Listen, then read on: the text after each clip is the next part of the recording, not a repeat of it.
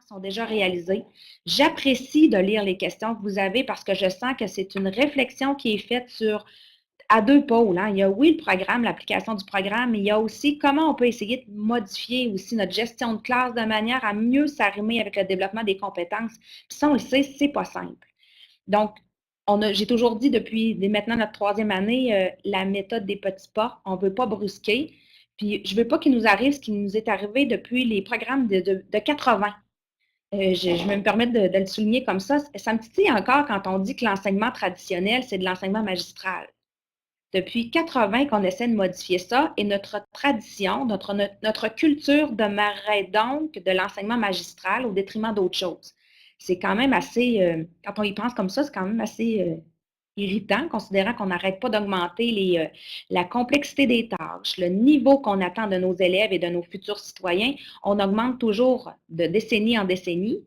Mais malgré tout, il y a des choses qui ne changent pas. Puis ils ne changent pas parce qu'on se limite souvent aux mots qui sont écrits sur papier, puis on ne prend pas en compte l'activité mathématique qu'on voudrait avoir. Je dis activité mathématique, mais ça se pourrait être une activité en univers social ou encore repenser la manière d'apprendre les sciences et technologies. L'apprendre en tant qu'agir nécessite une réflexion qui va bien au-delà de la manière dont on a appris, puis des concepts qu'on lit sur un artefact papier. Donc, et ça, bien, ça changer sa manière d'envisager l'apprentissage en tant qu'activité, c'est pas simple. Puis quand on le met en place dans notre classe, c'est pas simple non plus. Parce que les étudiants qui sont avec nous, ce sont des personnes qui ont aussi vécu par le passé une manière d'apprendre qui colle peut-être pas tout à fait avec ce qu'on aimerait vouloir faire en classe. Et on vit aussi que plus je dois prendre de place pour m'exprimer, argumenter, justifier ce que je fais, c'est profondément déstabilisant parce que mes zones d'inconfort, mes zones de fragilité ressortent davantage. Et on se retrouve souvent avec, ben dis-moi qu'est-ce que tu veux que je dise, puis je vais te le dire. Et nous, des fois, pour penser le côté affectif, ben, qu'est-ce qu'on dit? Bien, parfait, là, fais ça. Quand tu vas faire ça, tu vas voir, ça va bien aller.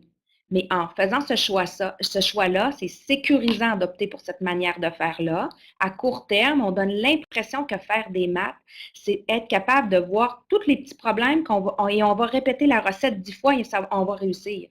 Mais c'est faux. C'est pas ça, faire des maths. Faire des maths, c'est interroger des phénomènes, c'est être capable de les explorer, c'est être capable d'induire des propriétés, analyser différents cas particuliers pour généraliser un énoncé, c'est être capable de réutiliser ces énoncés-là à certains moments particuliers en vue de déduire, par exemple, des informations manquantes ou encore des probabilités, comme dans le cas des deux activités. Et cet agir-là, ce qu'on espère depuis 80, c'est qu'on commence à le faire dès la maternelle. C'est un agir qu'on veut développer parce que ça va contribuer au citoyen futur que l'on souhaite développer. Ce citoyen qui est critique, ce citoyen qui est capable d'interpeller des situations de pose de céramique, de comptabilité dans ma vie familiale pour voir si je vais arriver, pour décider des choix éclairés. Est-ce que je m'achète un manteau d'une certaine marque ou d'une autre, considérant le budget que j'ai? C'est un agir qu'on veut, un agir qui va s'interroger, qui va se positionner, qui va être capable d'aller chercher des informations, de les critiquer et non être une personne qui est là à attendre que le système lui dise quoi faire. Parce que ce n'est pas ça la vie. Donc, vous comprenez bien que nous, on le reformule en mathématiques, mais ça doit se transposer dans toutes les disciplines. Et ça va souvent à l'encontre de principes qu'on a en pédagogie qui sont très sécurisants, de morceler les tâches, de morceler la manière d'apprendre, de morceler les documents qu'on donne, qui sont des feuilles à trous, pour évidemment que ça sécurise, évidemment que ça rend explicite des composantes de notre bagage mathématique. C'est vrai, hein, une propriété mathématique, qu'elle soit formulée en mots ou accompagnée de matériel de manipulation pour bien la comprendre, ça fonctionne aussi le papier.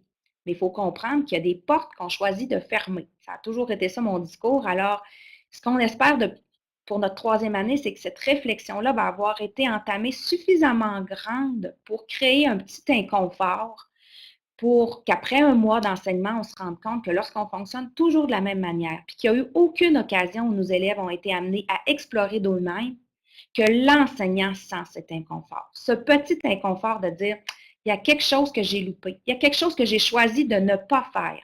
Et j'y tiens à cette phrase-là. J'ai choisi de ne pas la faire parce que je suis un professionnel. Donc, je gère mon temps didactique. Il y a des choix que je fais parce que je veux rendre compte d'un programme. Donc, il y a des moments que je vais ouvrir des portes, puis il y en a d'autres, je vais en fermer. Mais c'est un choix que je fais. et non de dire, ben, je ne suis pas au courant que c'est ça qu'il faut que je fasse. Oui, on est au courant maintenant. Maintenant, comment on va s'y prendre? Toujours en considérant notre réalité avec nos contraintes administratives, nos contraintes de nos élèves, familiales et compagnie. Évidemment, on ne peut pas tout catapulter parce que ça nécessite de transformer un système qui n'est pas toujours rapide dans les changements. Mais l'important, c'est quand on change, qu'on fait un move réfléchi. Tant qu'à changer, comme ça ne va pas trop vite, mais au moins, faisons-le en étant argumenté.